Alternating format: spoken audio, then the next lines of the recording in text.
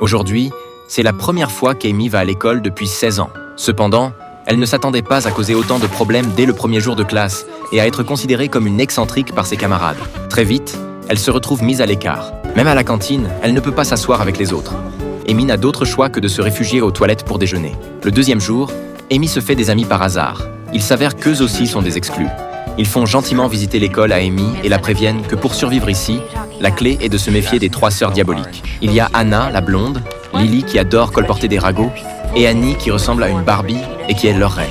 Les 3 maintiennent une fausse amitié, mais s'unissent pour harceler les autres. Presque toutes les filles de l'école ont été victimes d'Annie. Après avoir écouté la présentation de ses amis, Amy n'y prête pas attention. Elle pense qu'elle est trop ordinaire pour avoir affaire à ce genre de personnes. Ce qu'Amy n'avait pas prévu, c'est qu'à l'heure du déjeuner, les sœurs viennent spontanément la saluer.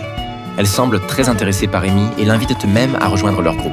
Intimidée par l'aura puissante d'Annie, Amy accepte dans un état second. Lorsqu'ils apprennent qu'Amy est devenue membre de la sororité, au lieu de se fâcher, ils proposent à Amy de s'infiltrer dans le groupe des sœurs pour clarifier la vérité sur les diverses rumeurs qui circulent dans l'école et révéler le vrai visage des sœurs. C'est ainsi qu'Amy rejoint mystérieusement leur petit groupe. Cependant, une fois à l'intérieur, elle découvre qu'Annie a un droit de veto et qu'elle a établi de nombreuses règles strictes. Par exemple, le mercredi, il faut porter des vêtements roses assortis. Le vendredi, on ne peut porter que des jeans slim.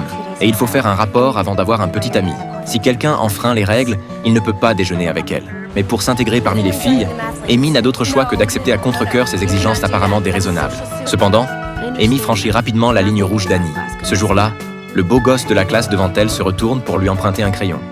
Rien qu'en le regardant, Amy a le coup de foudre. Alors, pendant le déjeuner, elle avoue spontanément qu'elle a un faible pour Jack, qui est assis devant elle. À ces mots, Anna et Lily changent immédiatement de couleur. Il s'avère que le beau gosse est l'ex-petit ami d'Annie et qu'Amy ne doit absolument pas s'en approcher. Après avoir dit cela, elles promettent de ne pas ébruiter l'affaire. Ce jour-là, elle va faire du shopping avec les filles et aperçoit par hasard le garçon dont Lily est amoureuse en train de flirter avec une autre fille. Pour venger sa meilleure amie, Annie appelle directement la mère de la fille pour lui annoncer la bonne nouvelle de la grossesse précoce de sa fille. Face à cette situation, Amy ne peut que sourire maladroitement. Peu à peu, Amy se rend compte qu'Annie est plus effrayante qu'elle ne le pensait. Ce jour-là, elle est invitée chez Annie. Elle pensait qu'une soirée entre filles serait amusante, mais elle n'imaginait pas qu'en privé, leur passe-temps favori était de colporter des rumeurs sur les gens. Elles ont même écrit un livre sur les scandales, dans lequel de nombreuses filles de l'école sont les héroïnes. Même les amis d'Amy sont diffamés en tant qu'homosexuels. Sous les photos, Annie écrit toutes sortes de critiques méchantes et d'insultes. Amy a du mal à imaginer que 3 personnes aussi charmantes puissent avoir un cœur rempli de tant de malveillance. L'existence de ce livre de scandale brise l'admiration d'Amy pour Annie. Lorsque ses amis l'apprennent, ils déclarent qu'Amy devrait continuer à s'infiltrer et trouver une occasion